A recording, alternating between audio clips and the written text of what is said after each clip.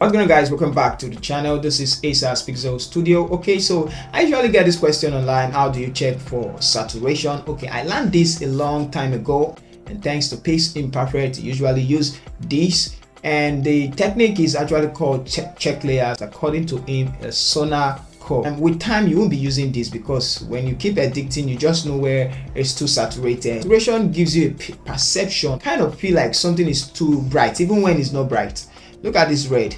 And you just feel like, oh, it just pop out the more than the rest colors, even when it's not even bright. And look at the yellows also, you feel like it's bright, but it's not bright, and it just pops out the more than the rest color compared to the way you're going to look at the color of the shirt. So let me show you how to quickly check for saturation. Okay, so there are two techniques he talked about, but the first one is the selective color method. Now, the selective color method, you go to your colors, you select all the 6 colors you have, the red, and you reduce the black. You take the black backward, make sure you're on the absolute. Go to the yellows, decrease the black, go to the green, decrease the black, go to the cyan, decrease the black, go to the blues, decrease the black, go to the magenta, decrease the black.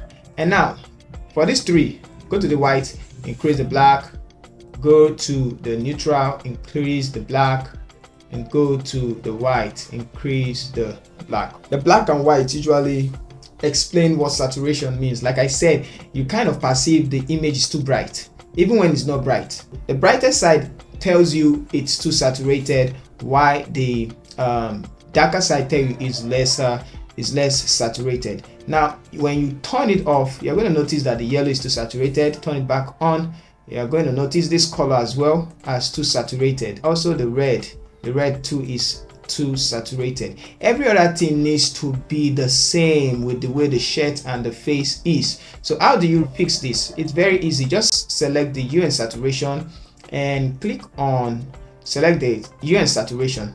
Let me rename this as image.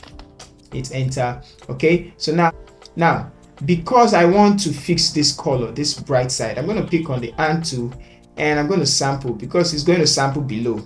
So I'm going to click on that sample and it's going to tell me yellow. You can see yellow just pop up here, and now you can decrease the saturation till you feel it's the same with the cheek. The lightness rather of this is matching the lightness of this color on the neck, the color of the cloth she's putting on the neck. So you can see it's brighter and now it's looking okay. So after that, you can actually pick this color, which is red. So we can pick on the end tool and pick this color, and it's going to tell you red. Okay, and you can decrease that side as well just a bit, and you can see take it below, but I'd rather use 2 hue and saturation adjustment. So I'm just going to go ahead and click the hue and saturation adjustment again, and then pick on the end to select that color, and I can decrease it. So let's not decrease it, let's just decrease it a little bit. Okay, but let's just leave this 2 and turn off our check layers, and this is what we have.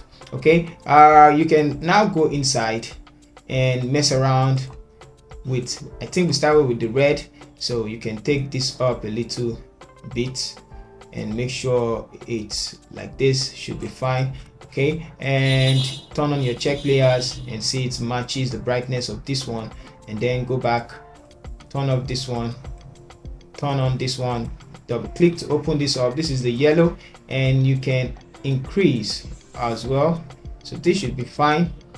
You don't need to over increase it, and let's see, take it up, it becomes too bright. So just find a good place that matches these 2. All right, so this is the image you should get. All right, no too much saturation, every other thing is looking okay. So I'm going to group the 2 together, and we're going to see this is our before oversaturated and this is our after. Now you can save this as a preset. Open up the selective color and you can save, come here, save selective color as preset, and you can name it check layers, and you can share it with anytime you open selective color, you can quickly use it, or you can share it among your friends. All right guys, so see you in our next video. Thank you.